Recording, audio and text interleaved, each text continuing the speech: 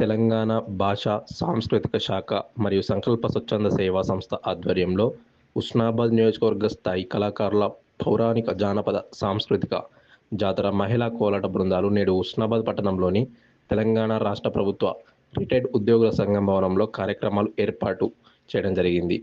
సభ అధ్యక్షులుగా సంకల్ప స్వచ్ఛంద సేవా సంస్థ వ్యవస్థాపక అధ్యక్షులు వలస సుభాష్ నిర్వహించారు. ఈ కార్యక్రమానికి ముఖ్య అతిథిగా సిద్దిపేట జిల్లా గ్రంథాలయ చైర్మన్ కడం లింగమూర్తి గారు హాజరై కళాకారులను ఉద్దేశించి మాట్లాడుతూ కళలను కానాచి మన ఉస్నాబాద్ ప్రాంతం కావాలని ఆయన కళాకారులకు పిలుపునిచ్చారు. కళల పట్ల కళాకారుల ప్రదర్శన ఎంత గొప్పగా ఉందని వారు పేర్కొన్నారు. మన సంస్కృతి సాంప్రదాయాలను కాపాడవలసిన బాధ్యత అందరిపైన ఉందని వారు పేర్కొన్నారు. సంకల్ప స్వచ్ఛంద సేవా సంస్థ వ్యవస్థాపక అధ్యక్షులు వలస సుభాష్ మాట్లాడుతూ తెలంగాణ భాష, సాంస్కృతిక శాఖ సహకారంతో కళాకారులను ప్రోత్సహించేందుకు ఈ కార్యక్రమాన్ని నిర్వహించినట్టు ఆయన తెలిపారు. తదనంతరం కళా ప్రదర్శన చేసిన కళాకారులను అతిథుల చేతుల మీదుగా సర్టిఫికెట్లు అందించడం జరిగిందని, సంకల్ప స్వచ్ఛంద సేవా సంస్థ అతిథులకు సన్మానం చేయడం జరిగిందని అన్నారు. ఈ కార్యక్రమంలో సంకల్ప స్వచ్ఛంద సేవా సంస్థ బైరి చంద్రశేఖర్, రాజకుమార్, పరశురాములు, కోలాట మాస్టర్ తాళ్లపల్లి సంధ్య, సంకల్ప స్వచ్ఛంద సేవా సంస్థ సభ్యులు, కళాకారులు తదితరులు పాల్గొన్నారు. మన నాయనలు, మన తల్లులు ఏం చేశారు, మన పిల్లలు వచ్చి మన మేకలు అమ్ముకోవడం, గొర్రెలు అమ్ముకోవడం, చదువుకోవడం, వేరే అంగాల వేరే వృత్తుల మీద మనం పోయి ఆ కళలను మనం ముందు తీసుకెళ్ళే పరిస్థితి. అంత ప్రావీణ్యం ఉన్న పండితుల సంపూర్ణమైన పాండిత్యం లేక అంత ప్రవేశం అన్నింటినీ ఈ తెలంగాణ కథలు, తెలంగాణ సాంస్కృతిక కార్యక్రమాలు వీటిని మనం కాపాడాల్సినటువంటి అవసరం ఉంది, ప్రోత్సహించాల్సిన అవసరం ఉంది. మన సాధన సభ్యులు మంత్రివర్గ పొన్నం ప్రభాకర్ కూడా ఈ పంట చాలా ఇష్టం. ఎందుకు అంటే ఆయన సహజంగా ఇప్పుడు ఏదైతే సర్వే పాపన గురించి కానీ, కాటమే గురించి కానీ సంవత్సరాల పుట్టినరోజు కార్యక్రమం నడుస్తుంది. రేపు మన అంబేద్కర్ చౌరస్తాలో 80 సంవత్సరాల సుభాష్ చంద్రబోస్, నేతాజీ సుభాష్ చంద్రబోస్ కనపడకుండా పోయిన రోజు, అంటే ఆయన చనిపోయిన రోజుగా దాదాపు హిస్టరీలో రాయబడ్డది. రేపు ఆయన కార్యక్రమం జరుగుతూ ఉన్నాయి. మన కాంగ్రెస్ పార్టీ పక్షాన అందరూ కూడా మనం వచ్చేదే. కాబట్టి ఇవన్నీ మనం ముందుకు తీసుకోవాల్సిన అవసరం ఉంది. సోదరులు కొందరు మేకప్ అవుతూ ఉన్నారు, వాళ్ళు కూడా ఇక్కడ ప్రదర్శన చేస్తారు. ముఖ్యంగా మన ఉస్మానియాలో కూడా ఒక పెద్ద ఆడిటోరియం కూడా కళాభారతి, రైతుల భారతి ఒకటి మనం ప్రయత్నం చేస్తున్నాం. అది మీకు వర్షం వచ్చినా ఏదొచ్చినా మనం చేసుకున్నట్టు అది వాడుకునేటట్టు కూడా ఉపయోగపడుతుంది. దాదాపుగా ల్యాండ్ అవి అన్నీ కొద్దిగా సెలెక్ట్ అయినాయి, అది కూడా మనం చేద్దాం. ఇలాంటి కార్యక్రమాలు, ఫోటోలు అన్నీ కూడా మన సాయంత్రం వరకు మన మంత్రి గారికి చెప్తాం. మంత్రి గారు వచ్చే సందర్భాలు ఇవాళ ఇచ్చేటువంటి కళాకారులను ఒకరిద్దరు 2 టీంలను మంచిగా సెలెక్ట్ చేసి ఇలా మా టెంపుల్ దగ్గర కూడా మొన్న 4 రోజులు పున్నం, బాసింగాల పున్నం నుంచి మళ్ళీ బాసింగాన్ని ఇవ్వడానికి 28 రోజులు, ఒక నెల రోజులు సుమారు అక్కడ ఎల్లమ్మ తల్లికి ఒడిబియ్యం రోజులు దర్శనం చేసుకున్నాడు. ఆ కార్యక్రమం జరిగినట్టుగా అక్కడ నెల్లూరు కార్యక్రమం జరిగినాయి. హైదరాబాద్ నుంచి, మధ్యప్రదేశ్ నుంచి, బీహార్ నుంచి, ఒరిస్సా నుంచి కూడా భక్తులు వచ్చి దర్శనం చేసుకున్నారు. వాళ్ళకు ఉండేటువంటి కళలు, బోనాలు గుడి చుట్టూ కూడా తిరిగారు. రాత్రి 12 గంటల 2 నిమిషాలు మమ్మల్ని కూడా వేసారు అన్నట్టుగా.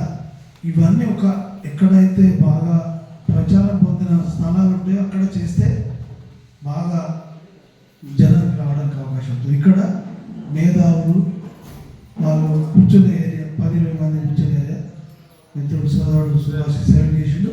సరే అయింది. ఇది మనకు దీని గురించి నాకు కూడా బాగా తెలియదు కూడా కొంత నా వైపు నుంచి కూడా అశ్రద్ధ అయింది అని నేను అంటా ఉన్నా. మధ్యలో మనం ఏదైనా మొదలుపెట్టి అక్కడ మంచి ఏర్పాట్లు చేసి ఏదైనా దీనికి చిన్నపాటి రెంట్ ఖర్చులు, మైక్ ఖర్చులు కూడా ఆ దేవాలయ పక్షాలను మనం ఖర్చు పెట్టేయచ్చు. కిషన్ రావు అనే ఒక ఈవో ఉన్నాడు, ఆయన మిత్రుడు నాకు మా అందరి దగ్గర, వీళ్ళు కూడా చాలా మంది దగ్గర అక్కడ పెట్టిద్దాం. అక్కడ పెట్టించి అలా సెలెక్ట్ అయిన వాళ్ళతో ఇంకా బాగా చెప్తారు అనుకుని బరువులు ఉండే కథలు చెప్పేటప్పుడు వాళ్ళతో అరగంట, వీళ్ళతో గంట, వాళ్ళతో 10 నిమిషాలు, వీళ్ళతో 10 నిమిషాలు. అంటే పాటలు అంటే కొద్దిగా మనం విషాదంగా వాడేటి, సంతోషంగా వాడేటి, చైతన్యంగా వాడేటి, ఇట్లా ఎన్ని టైప్స్ ఉంటాయి అన్ని టైప్స్లో ఈ కథలు ఇవన్నీ కార్యక్రమాలు నడవడానికి అందరూ అరే ఇవన్నీ అదృశ్యమైపోతున్నాయి, అంతరించిపోతున్నాయి, ఇవన్నిటి కూడా మనం ప్రోత్సహించాలి, కాపాడాలి అనేటువంటి ఒక ఆలోచన కలిగేయడానికి మనం ప్రయత్నం చేద్దాం. విద్యారాములు కూడా చాలాసార్లు వచ్చాడు. విద్యారాములు నాకు బాగా పరిచయం. విద్యారాములు కథ చెప్పేటప్పుడు కూడా చెప్పేటోడు ఏం కథ చెప్పాలని. అంటే అట్లే ఒక కథలు అట్లే అడుగుతారు, ఆడవాళ్ళు అడుగుతారు ఏం కథ చెప్పమంటారు అంటే ఎలా కథ చెప్పాలా, వాళ్ళని కథ చెప్పాలి అంటే వాళ్ళు చెప్పే కథలు అవి వాళ్ళు చెప్తా అంటే ఆయన అందరూ చెప్తే విని నేను అందరూ చెప్తే నేను వింటాను, కానీ నేను మీరు చెప్పిన కథ చెప్పాను, నేను ఎల్లమ్మ కథ చెప్తాను, నేను గౌడును, నేను గొల్లోలం కాదు, మేము ఈ ఊళ్ళో పెద్ద ఎల్లమ్మ టెంపుల్ ఉన్నది కాబట్టి నాకు ఎల్లమ్మ కులానికి సంబంధించిన మా దైవం, నేను చెప్తా అని చెప్పాడు. తర్వాత ఆరపల్లె కాడ కూడా ఆయన వచ్చినప్పుడు నాకు చెప్పేది నేను బోధన లక్షణాలు అందరం పోతాం, ఇది గుల్లపూర్మలకి ఎందుకు వచ్చింది ఈ కథ అనేది ఒకటి చెప్పిండు. అక్కడ వాళ్ళందరూ వాళ్ళ కమ్యూనిటీ వాళ్ళ వార్డులు ఇస్తాను అంటే శివుని కాలం నాట వాళ్ళకు విద్య లేదట. అది గొల్లపూర్ వాళ్ళ వీళ్ళు ఉండొచ్చు, వాళ్ళ సోదరి మాటలు ఉంటే ఏదో సోదరులు ఉండొచ్చు, మాకేం విద్య లేదు మాకేం విద్య లేదన్న విద్య అంటే తీసి దాడుకుంటే ఒక్కడు కొట్టినాడు దేవుడు కొడితే నెడితే అదే వాళ్ళ ఇట్లా చెవుకు చేయబెట్టుకొని రాగం తీస్తారు ఏడ్చినట్టు, అందుకెళ్ళి గుల్లకథ కొట్టిందని అందరు నవ్వుతా అంటే చెప్పాడు. ఇక అంటే ఈ కథలు ఎట్లా ఉంటాయి, ఈ రాగాలు ఎట్లా ఉంటాయి, ఈ ఒక కథ చెప్పడానికి ఏది తిరిగి భూమిక అనేటువంటి విషయాలు చెప్పి చాలా బాగా అనిపిస్తుంది. వాళ్ళందరితో కూడా మనం ఇవన్నీ నిజమే, మనం ఊరికే సెల్ ఫోన్లు వచ్చి కాళ్ళలో పెట్టేటప్పుడు ఇదే, ఇట్లా పడుకునేటప్పుడు ఇదే, తినేటప్పుడు ఇదే, ఇది మనం పడుకుని పెట్టేదాన్ని మనం లేచినాక కూడా నన్నైతే మా మిస్సెస్ ఊరికే పడుతుంటుంది, ఏదో పెట్టుకొని పడుకుంటే అది నడుస్తూనే ఉంటుంది, నేను నిలవడం మొదలు ఎత్తట్లా. కానీ అక్కడపట్ల జడవందనానికి ఒక ఆమె షాప్కి వచ్చింది, ఆ పేరు రాజేశ్వరం గౌడ్ వచ్చారు. షాప్ తీసి అందరు జడవందనానికి అధికారులు లేరు, ఆ షాప్ ముంగట తీస్తారు కావచ్చు అని కూర్చుంటుంది. అక్కడ సందేహం వచ్చింది, పడుకుంటే ఫోటో తీసేది ఒక వార్త రాశారు, షాపులో ముంగట రైతులు పడుకుంటారు. అదొక వాసన చెప్పాలంటే అక్కడ 6-5 షాపులు నాకాలు పెట్టారు. నేను వెంటనే కలెక్టర్ చేసినాం.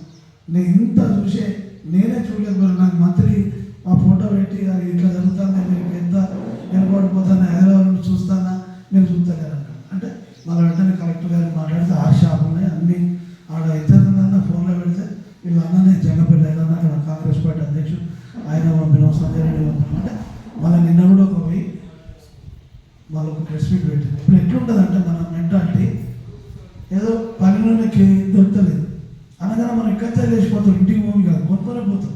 మన ఇంట్లో 4 కిలోలు ఉంటుంది, ఒక 4 రోజులు సరిపడే, కానీ మనం ఉడిచిపోతుంది ఏమో మళ్ళీ కొనుక్కోపోతాం, ఆడపిద్ద వెళ్ళి చేస్తాం అన్నట్టుగా ఈ ఊరియా సంపేత ఉన్నది. ప్రచారం దొరకలేదని కొంచెం జరుగుతాం. ఆ వరకు అసలు ఏ చెరువు సరిగ్గా లేదు, ఏ కాలువలు వస్తలేవు, ఏ 100 ఎకరాలు పండించాడు 40-50 ఎకరాలు కూడా దున్నలేరు, కానీ ఎరువులు దొరుకుతలేవని ఒక ప్రచారం చేస్తాను. ఆ ప్రచారం చేసినప్పుడు నిజమే కావచ్చు, నేను రేపు ఎల్లుండి దున్నుకుంటా లేకపోతే నాటేసుకున్నా, కలుసుకున్న టైంలో మళ్ళీ వేసుకోవాలి పంటకు ఊరి అన్నట్టు ఒక భయోదరణ కలిగించు. ఇట్లాంటి బొంబాయిలంట రైలు కలుతుందని ఆటో లోకల్ రైలు పోతా అంటే అని వీళ్ళు ఉంటే చచ్చిపోతామో అని అడుగుతా ఇంకో రైలు ఎక్కిపోయింది దీనికి. ఇవన్నీ పేపర్లో టీవీలోనే వస్తాయి అన్నట్టు మనం అంటే ఒక గ్లోబల్ ప్రచారం, ఒక చెడ్డ ప్రచారానికి లోనైపోయి ఇట్లా నష్టపోతున్నాం, అవతలను కష్టపెడుతున్నాం. ఇవన్నీ కూడా కొద్దిగా ఓపికగా మనం తెలుసుకోవాలి, చెప్పాలి అనేటువంటి విషయాలు మీ దృష్టికి తీసుకొస్తూ ఇది మంచి కార్యక్రమం. ఈ కార్యక్రమం ఇంటా అంటే చూస్తూ అంటే ఈ ఊళ్ళే కేబీ కాలంలో, ఇక్కడ అంబేద్కర్ నగర్, అక్కడ జంగాలలో, అక్కడ ఆరపల్లె గొల్ల కుటుంబాలు వాళ్ళంతా మా తల్లిదండ్రుల ఏజ్ వాళ్ళ అన్నదమ్ముల ఏజ్ వచ్చి చూస్తే బాగుంటుంది అనిపిస్తుంది. కానీ సరే ఇది ఇప్పుడు మనం చూద్దాం. నెక్స్ట్ టైం పెడితే ఆరపల్లె మంచి చివరి వస్తుంది, ఆడోడు పెట్టుకోవచ్చు, గాంధీ కాడోడు పెట్టచ్చు, గోదావరి కాడోడు పెట్టచ్చు, కేబీ కాలంలో పెట్టచ్చు, లేదంటే ఎల్లమ్మ టెంపుల్ దగ్గర పెట్టచ్చు. ఏదైనా ఖచ్చితంగా ఒకటి పెడదాం ఈ 4 రోజులల్లో. ఇది సుభాష్ ఒక ఆలోచన చేసి కోరుతూ నాకు మీ అవకాశం వచ్చిన మీ అందరికీ మనస్ఫూర్తిగా నమస్కారం, ధన్యవాదాలు తెలుపుతూ సెలవు తీసుకుంటున్నాను. నమస్కారం. ధన్యవాదాలు. మరి మా సంకల్ప సంస్థ ద్వారా ఈ కార్యక్రమానికి వచ్చినందుకు ప్రత్యేకంగా పెద్ద ప్రప్రదంగా జిల్లా గ్రంథాలయ కమిటీ చైర్మన్ అయిన తర్వాత ప్రప్రదంగా ఈ మన కార్యక్రమం రావడం అనేది ఈ చిన్న సన్మాన కార్యక్రమాన్ని ఏర్పాటు చేయడం జరిగింది. చిన్న సన్మాన కార్యక్రమం ఏర్పాటు చేయడం జరిగింది.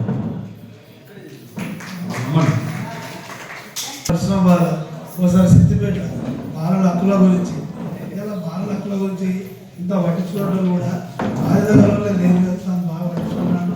సంతోషం, మనస్ఫూర్తిగా అభినందనలు.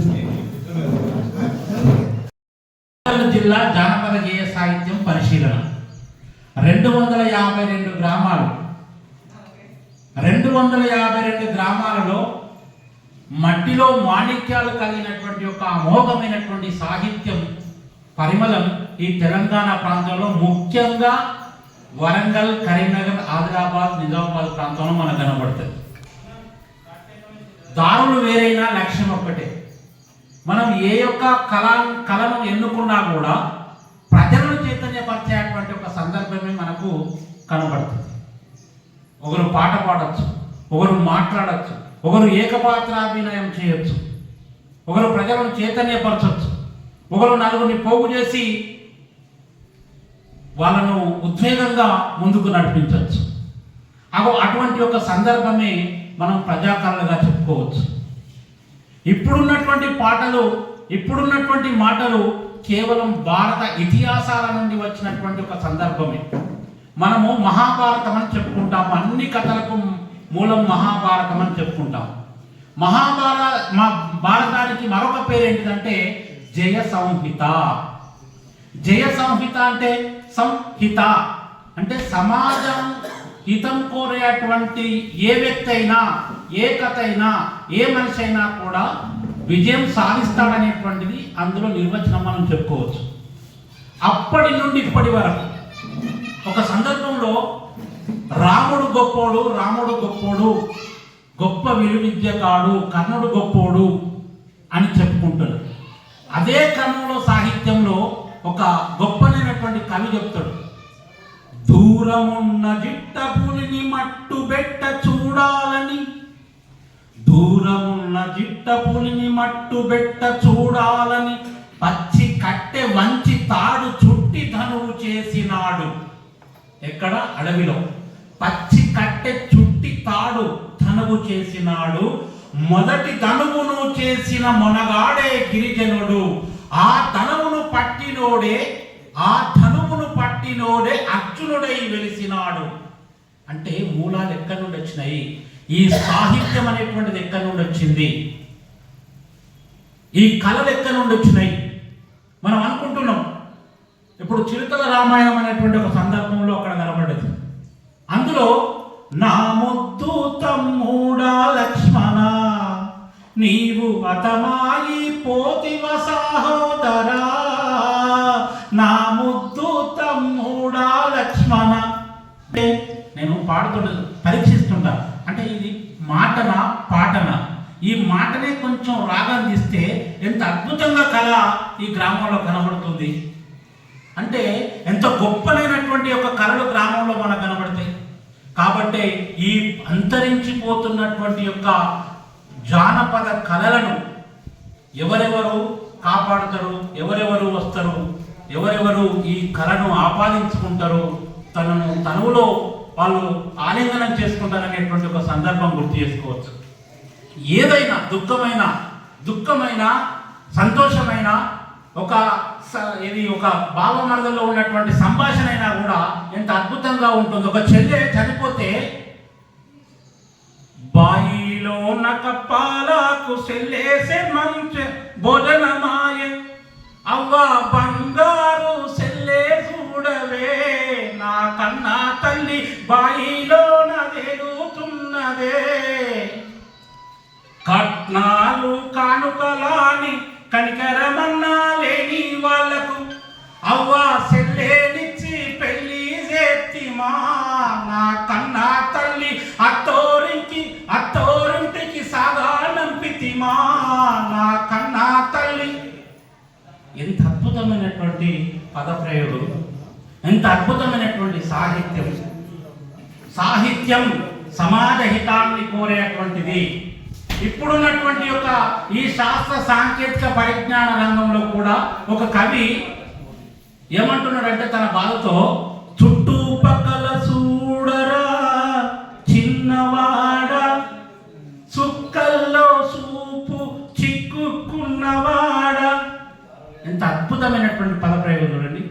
నువ్వు ఊకే ఈ ఫోన్ చూస్తూనే ఉన్నావు, ఒకసారి సమాజం ఎటువైపోతుందో ఒకసారి చూడు చిన్నోడా. ఈ సమాజంలో నువ్వొక భాగమే కదా. నువ్వు చదువుకున్నది దేనికోసం? ఈ దేశాన్ని, ఈ సమాజాన్ని, సంఘజీవాన్ని చెప్పుకుంటున్నటువంటి నీవు సంరక్షించేటువంటి బాధ్యత నీది కూడా కదా. మరి నువ్వు ఆకాశానికి నిచ్చెన వేస్తున్నావు. 5 నిమిషాలలో నేను విమానం ఎక్కాలనుకుంటున్నావు, 5 నిమిషాలలో అమెరికా పోవాలనుకుంటున్నావు, కానీ ఎక్కడ నిలబడి మాట్లాడుతున్నావు, ఎక్కడ చూస్తున్నావు అనేటువంటి ఒక ఆలోచనను ఒకసారి గమనించు ఓ యువకుడా అని చెప్తున్నటువంటి సందర్భం సాహిత్యంలో మనకు కనబడుతుంది. ఒక స్త్రీని ఇప్పుడు ఉదాహరణకు ప్రతి వాట్సాప్ గ్రూప్లో మనం కనబడుతుంది. ఏది మహిళను అత్యాచారం లేకుంటే ఒక మానభంగం చేసేటువంటి అప్పుడే చెప్పినటువంటి ఒక కళలు జానపద కళలు. బుద్ధదేవుని భువిలో పుట్టినాము, సహజమగు ప్రేమ నీలోన సచ్చనేమి, అందమును హత్య చేసడి హంతకుండా మైల పడిపోయినదోయిని మనుజ జన్మ, మైల పడిపోయినదోయిని మనుజ జన్మ అన్నాడు. అంటే నువ్వు ప్రకృతిలో ఉన్నటువంటి అందాన్ని ఆస్వాదించాలి, కానీ దాన్ని చిరిమియ అనే ఆలోచన రావద్దు అని అద్భుతమైనటువంటి పదప్రయోగం చేశారు ఆ జానపద కళల్లో. అంటే ఎన్ని పాటలు, ఎంత గొప్పనైనటువంటి పాట. అంటే నవరసాలు, ఒక ఏకపాత్రాభినయంలో నవరసాలు, ఒక నటనలో నవరసాలు ఎట్లా ఉంటాయో జానపద కళల్లో అంతకు మించి ఎక్కువగా మనకు కనబడుతుంటాయి. మాటల ద్వారా, పాటల ద్వారా, ఏకపాత్రాభినయాల ద్వారా, సాహిత్యం ద్వారానే మనం చెప్పక తప్పదు. అంటే ఇట్లా అనేకమైనటువంటి ఒక సందర్భంలో గేయాలు ఉన్నాయి. గేయాలు పల్లెలెట్లా చిల్లదగి తారసిన్నమెట్టు పల్లి మద్దునూరు మద్దునూరు మాన్వితపురము బడిది పల్లె సా తిన్న మరెన్నో ఎవరు రాని చూస్తాం. మనం పక్కపడి ఎవరైనా మాట్లాడితే కొట్టనే కొడతాం, చెప్పవాల కొడతాం. అంటే ఎంత చూడు, అప్పటి కళాకారుల నుండి ఇప్పుడు మొన్న గద్దరన్న వరకు ఎంత గొప్పలైనటువంటి సందర్భం, ఆవేశమైనటువంటి ఒక పాఠం. ఏం పాఠం? సాకలొల్ల ఇంటి కత్తె సాగిరేవు పండలేదు, గొల్లొల్లా ఇంటి కత్తె గొంగడి లేదు కట్టలేదు, మాలొల్లా ఇంటి కత్తె డప్పు లేదు మోపు లేదు, మాదిగొల్ల ఇంటి కత్తె ఏమి లేదు పాపం లేదు. ఏది ఎటువంటి మాటలు మాట్లాడేటువంటి సాహిత్యం, ఎంత గొప్పదైనటువంటి, నిజంగా గర్వంగా చెప్పుకోవచ్చు తెలంగాణలో పుట్టినందుకు. No doubt at all. ఎందుకంటే ఈ తెలంగాణ మట్టిలో ఉన్నంత సాహిత్యం ప్రపంచ చరిత్రలో ఎక్కడా లేదు.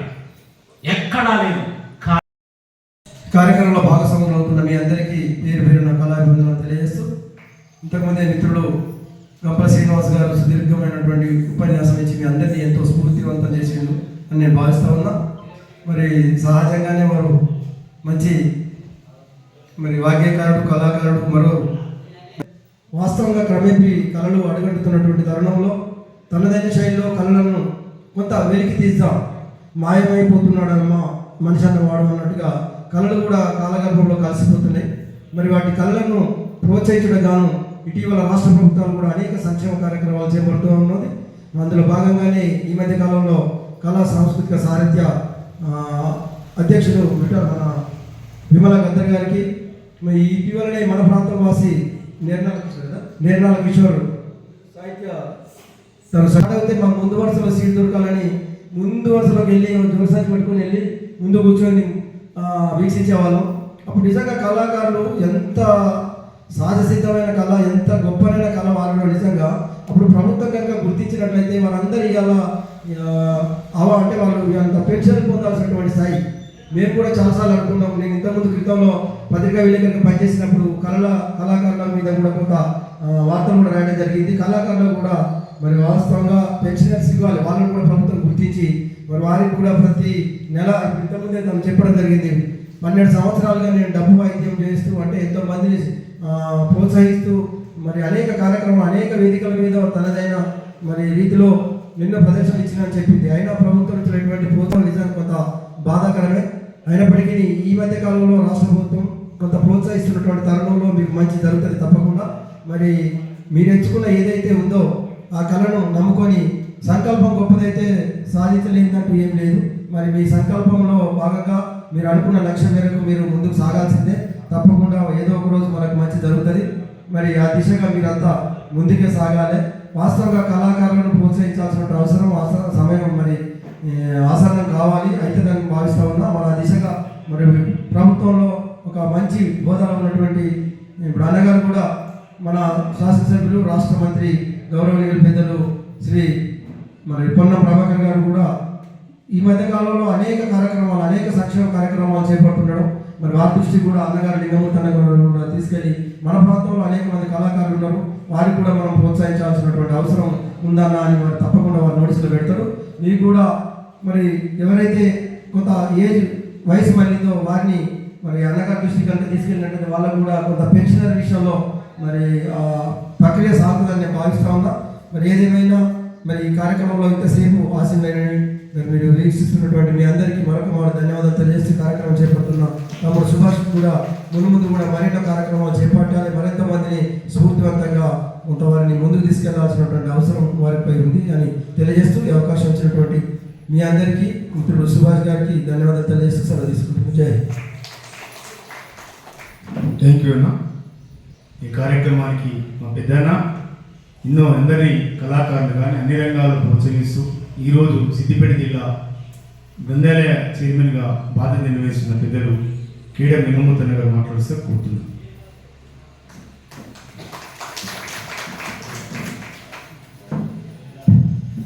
సభకు నమస్కారం. వేదిక మీద ఉన్నటువంటి వలస సుభాష్ గారు, తర్వాత మన సంజయ్ గారు, వెంకటేశ్వర జిల్లా ఆటల పోటీల అధికారి, తర్వాత గంపల శ్రీనివాస్ గారు, సోదరిమణులు సోదరులు చాలామంది నాకు ఫోన్లో చెప్పిండు. అసలు సుభాష్ సోదరుడు 3-4 రోజుల క్రితం మనం మున్సిపల్ ఆఫీస్లో ఒకటి మీటింగ్ హాల్ ఉంటుంది, అది ఒకటి కావాలని కోరిండు.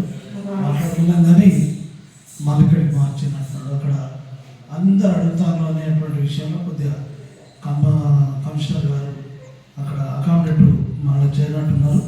ఇక్కడికి వచ్చిన తర్వాత బోర్డు చదివినాక ఇది ఈ టైంలో చేసేది కాదేమని నాకు అనిపిస్తుంది. సాయంత్రం 6-7 గంటలకు